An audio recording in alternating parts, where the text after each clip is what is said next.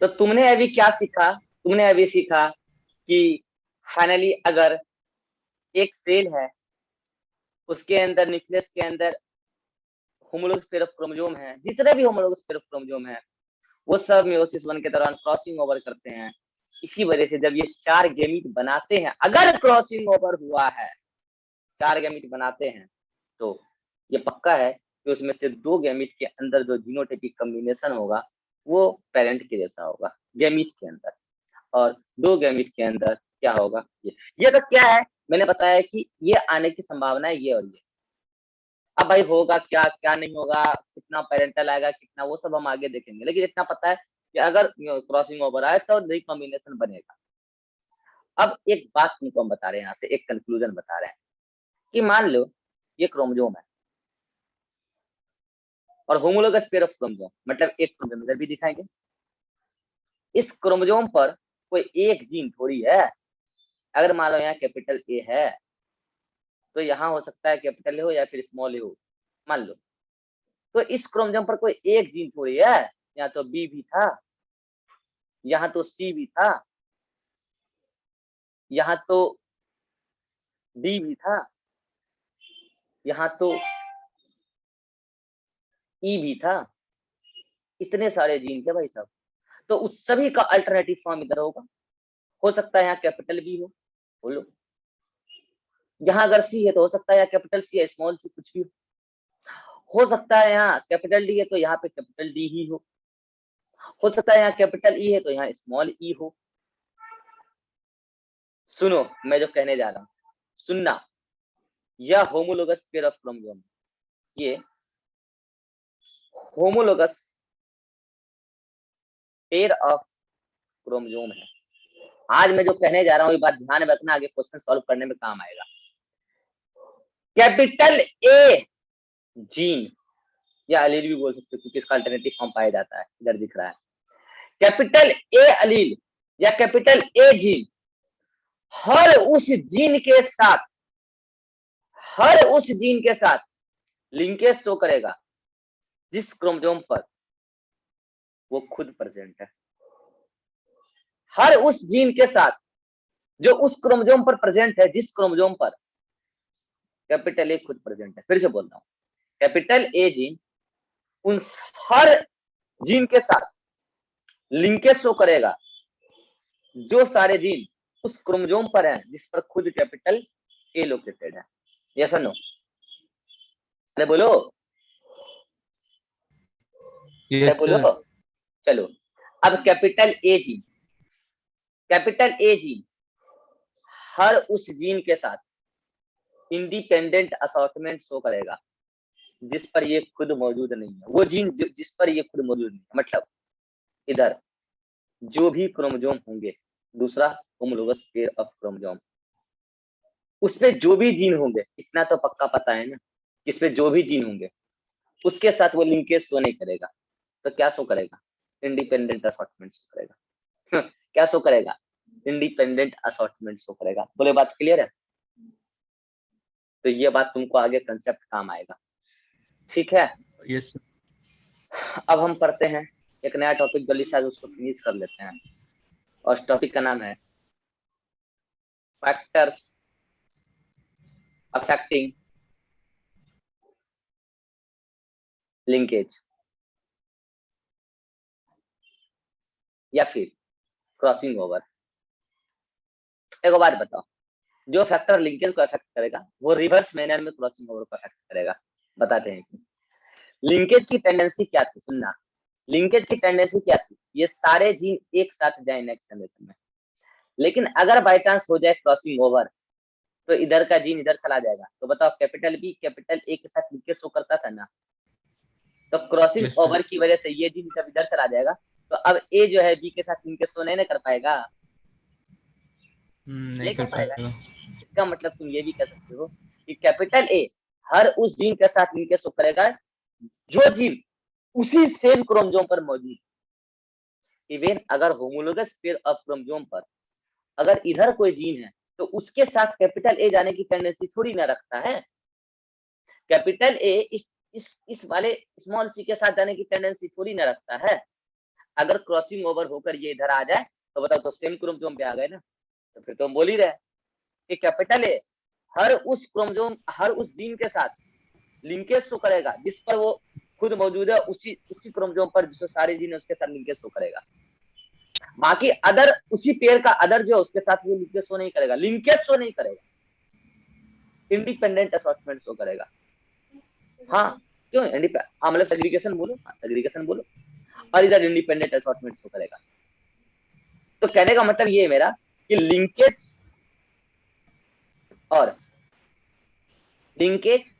और crossing over आपस में जानी दुश्मन है। जितना ज्यादा क्रॉसिंग ओवर उतना कम, सॉरी कि जितना ज्यादा लिंकेज उतना कम क्रॉसिंग ओवर, और जितना कम लिंकेज उतना ज्यादा क्रॉसिंग ओवर। अब समझना, मेरा एक बात समझो, ये जो क्रोमोसोम है तुम सोच कर देखो, अगर ये कैपिटल ए, हमने लोग फिर से में एक नया स्लाइड बनाते हैं, लो ये जो क्रोमोसोम है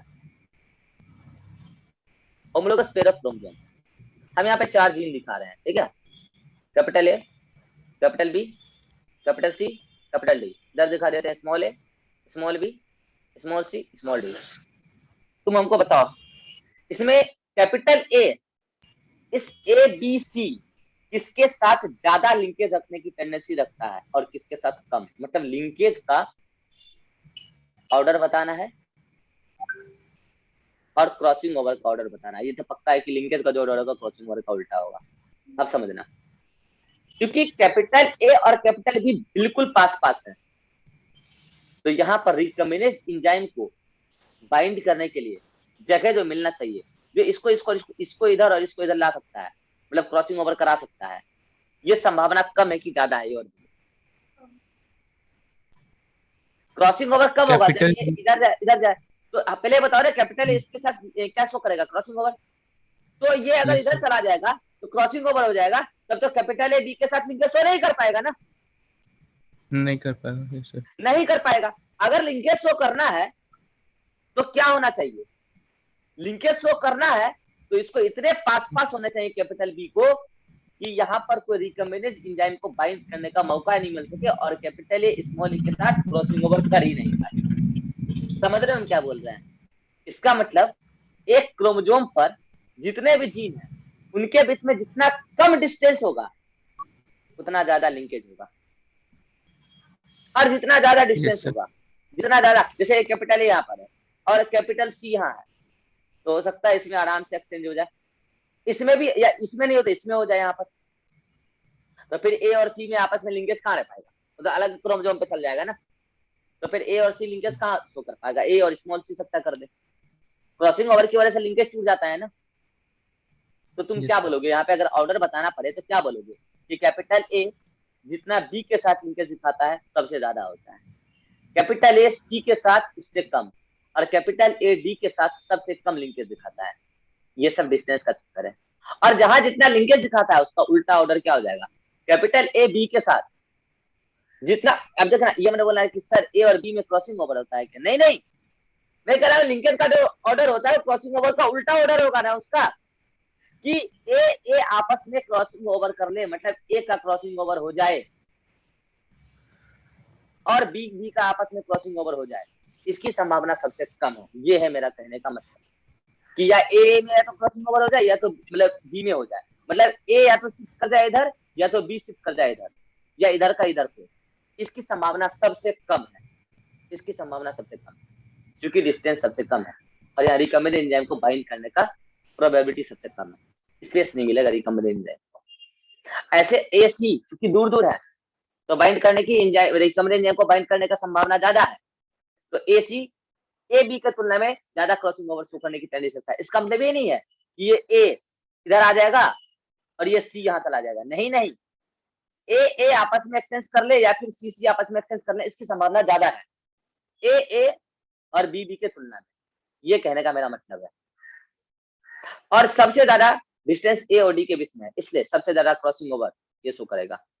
तुम इस कहानी और इस कहानी से क्या शिक्षा प्राप्त करते हो? कि लिंकेज क्रॉसिंग ओवर के इनवर्सली प्रोपोर्शनल है और linkage distance between gene distance between linked gene, distance between linked gene के बीच में भी इनवर्सली प्रोपोर्शनल रखता है। इस रिलेशन को दिमाग में फिक्स कर लो, हो सकता है नोट्स में हो या नहीं हो, मुझे नहीं पता, देख लेना, नहीं होगा तो ऐड कर लेना।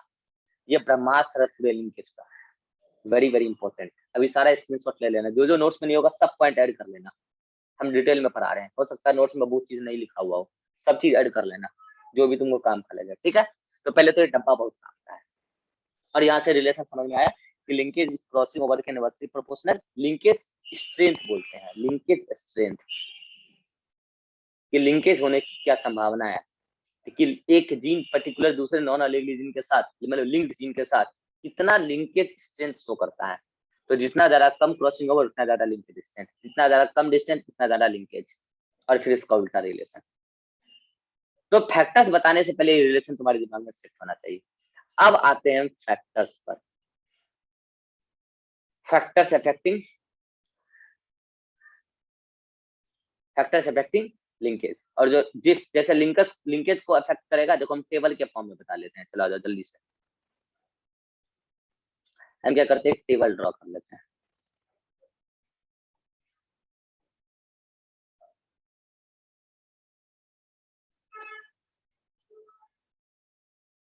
इधर लेंगे कोई पर्टिकुलर फैक्टर,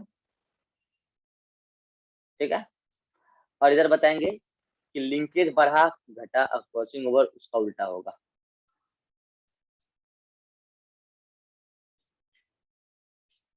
यहाँ पे फैक्टर्स ले लेते हैं।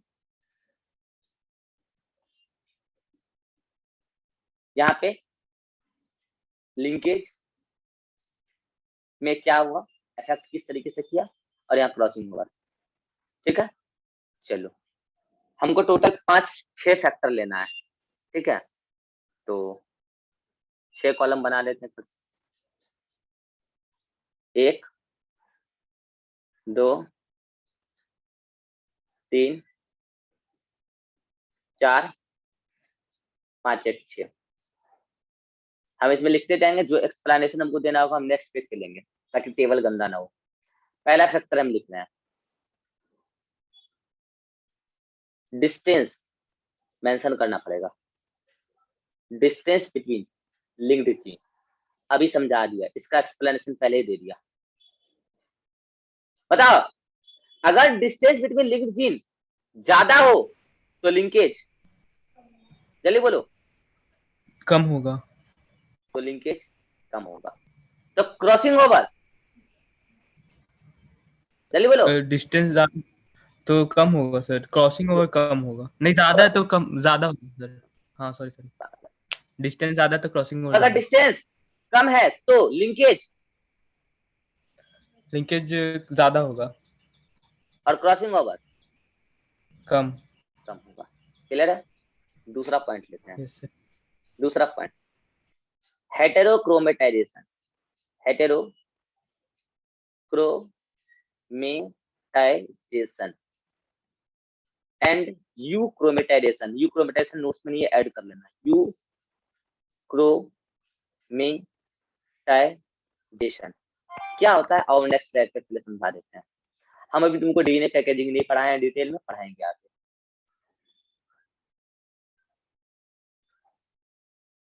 ये देखो, इसमें 3 सेगमेंट तुमको समझा रहे हैं, डीएनए का पूरा पूरा डीएनए, ए बी सी, पता है। इसमें ए वाला पार्ट नहीं लगता तुमको, डीएनए पूरा अच्छे से जकड़ा हुआ है। ए और सी में डीएनए क्या है, एकदम टाइटली पैक्ड है। मेरे को नीचे से कॉल आ रहा है। हाँ, तो हम क्या कर रहे थे, ए और सी, ए सी वो सेगमेंट है जहां पे डीएनए टाइटली पैक्ड है, tightly packed segment of DNA, ठीक है। ये सब बात हम तुमको डीएनए एप्लीकेशन में भी पढ़ाएंगे, उस टाइम डीएनए का वो भी पढ़ाएंगे, जब क्या कहते हैं पैकेजिंग, तो उसमें भी बताएंगे। लेकिन बी वो सेगमेंट है जहां loosely packed segment of DNA है, ठीक है। सुनो, जो टाइटली पैक्ड है, तुमको नहीं लगता वहां पर क्रॉसिंग ओवर बड़ा मशक्कत से दिक्कत से होगा, तो क्रॉसिंग ओवर वहां कम होगा। अरे टाइटली पैक्ड है ना, तो इधर भी जो डीएनए सेगमेंट होगा वो भी टाइटली पैक्ड होगा, तो इनके बीच में क्रॉसिंग ओवर इंजाइम बाइंड तो करे अच्छे से, बाइंड ही नहीं कर पाएगा, रिकॉम्बिनेज बाइंड ही नहीं कर पाएगा, उसको स्पेस ही नहीं मिलेगा, तो क्रॉसिंग ओवर कम तो लिंकेज ज्यादा। और जो टाइटली पैक्ड सेगमेंट होता है उसको बोलते हैं हेटेरोक्रोमेटाइजेशन। क्या बोलते हैं? हेटेरोक्रोमेटीन, डीएनए सेगमेंट को हेटेरोक्रोमेटिन। और जो लूजली पैक्ड होता है उसको बोलते हैं यूक्रोमेटिन। क्यों सुनना बता रहे हैं? क्रोमेटिन मतलब क्या समझ रहे हो, हम बता चुके हैं, डीएनए का सेगमेंट जो आगे चल के कमजोर बनाता है। यू मतलब ट्रू, यू मतलब ट्रू, यही वो क्रोमेटिन है जो एक्चुअल में रेप्लिकेशन भी दिखाएगा। पता है ये सेगमेंट तो रेप्लिकेशन तक नहीं दिखा पाता, तुमको एक बार डीएनए रेप्लिकेशन में बताएं, ये सेगमेंट रेप्लिकेशन तक नहीं दिखा पाता। तो होमोलोगस पेयर में जो होगा, होमोलोगस पेयर में तो होगा ना, जब रेप्लिकेशन नहीं दिखा पाता तो होमोलोगस पेयर से एक्सचेंज कैसे कर पाएगा भाई साहब? रेप्लिकेशन तक नहीं दिखाता है तो एक्सचेंज की तो बात छोड़ो, वो होता है हेटेरोक्रोमेटिन। हेटेरो मतलब क्या होता है? एक सेंस में बोलो फॉल्स, मतलब ऐसा क्रोमेटिन जो डीएनए रेप्लिकेशन तक नहीं दिखाता, तो किस काम का डीएनए। और ये ट्रू क्रोमेटिन, मतलब ये वो क्रोमेटिन है जो खुलता है और डीएनए रेप्लिकेशन वगैरह दिखाता है, कैसे हम पढ़ेंगे मॉलिक्यूलर में। और यही है वो सेगमेंट जहां लूजली पैक्ड है, तो चूंकि ये लूजली पैक्ड है तो ये क्रॉसिंग ओवर प्रॉपरली कर पाएगा, तो लिंकेज कम होगा। तो समझ में आ गया हमको टेबल में क्या भरना है, कि अगर हेटेरोक्रोमेटाइजेशन ज्यादा होगा तो बताओ लिंकेज, लिंकेज ज्यादा लिंकेज ज्यादा और क्रॉसिंग ओवर कम। कम। और अगर हेटेरोक्रोमेटाइजेशन कम होगा तो क्रॉसिंग ओवर ज्यादा और लिंकेज लिंकेज कम। कभी कम होगा, लिंकेज कम। और इसका जस्ट उल्टा हो जाएगा किसमें? यूक्रोमेटाइजेशन में। अगर यूक्रोमेटाइजेशन ज्यादा है तो क्रॉसिंग ओवर ज्यादा होगा।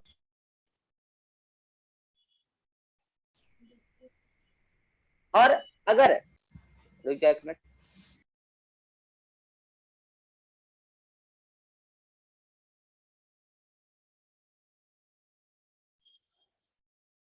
हाँ हाँ, अगर यूक्रोमेटाइजेशन ज्यादा है तो क्रॉसिंग ओवर ज्यादा होगा और लिंकेज कम होगा। और अगर यूक्रोमेटाइजेशन कम है तो मतलब वो हेटेरोक्रोमेटाइजेशन है, तो यूक्रोमेटाइजेशन कम है तो लिंकेज ज्यादा और क्रॉसिंग ओवर कम। ये आराम से तुम समझ सकते हो, ये देखो मैंने नेक्स्ट स्लाइड पे अच्छे से समझा दिया है। तो अगर ये तुमको अभी समझ में ना, वैसे डीएनए रेप्लिकेशन में भी पढ़ाएंगे, डीएनए पैकेजिंग पढ़ाएंगे, तो अगर नहीं समझ में आते स्क्रीनशॉट ले लेना, अभी उसको रखना, तब तक नोट्स में चाहो तो ऐड कर लो, तुमको जो चीज काम का लगे ऐड कर लेना। तीसरा पॉइंट है टेम्परेचर। टेम्परेचर और अगला पॉइंट है एक्सरे।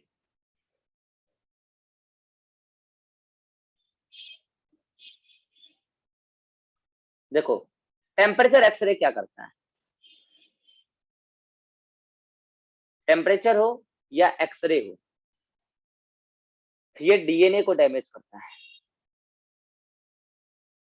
अगर डीएनए डैमेज हो जाएगा, सोच कर देखो, डीएनए का डैमेज हो जाए तो एक्सचेंज क्या होगा? तो अगर टेम्परेचर और एक्सरे आ गया, बढ़ गया, तो क्या क्रॉसिंग ओवर की चांसेस बढ़ जाएगी, एक्सचेंज ही नहीं हो पाएगा ना। किसी पर्टिकुलर मान लो होमोलोगस पेयर है, अगर डीएनए इसको यहाँ पर क्या कर दिया, डैमेज कर दिया, तो यहाँ वाला एलीली कभी इसके साथ एक्सचेंज नहीं करेगा, तो यहाँ वाला इसके साथ क्या करेगा, लिंकेज शो करेगा ज्यादा, क्रॉसिंग ओवर कम शो करेगा, क्रॉसिंग ओवर की संभावना कम हो जाएगी, तो लिंकेज ज्यादा हो जाएगा। समझ गए हो तुम टेबल में क्या भरना है हमको यहाँ पे, कि टेम्परेचर अगर ज्यादा या एक्सरे अगर ज्यादा तो लिंकेज ज्यादा, कारण समझा दिए। और ये क्रॉसिंग ओवर कम।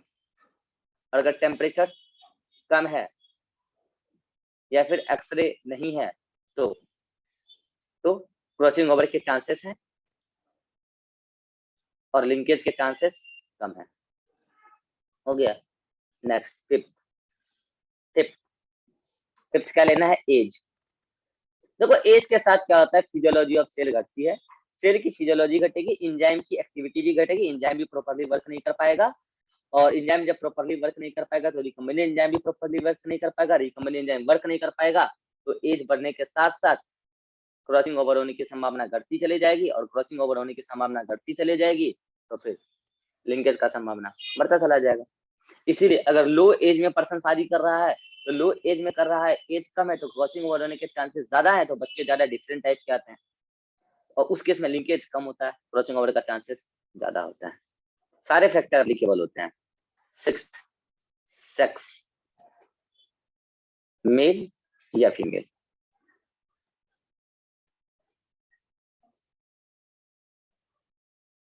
सेक्स, मेल या फीमेल।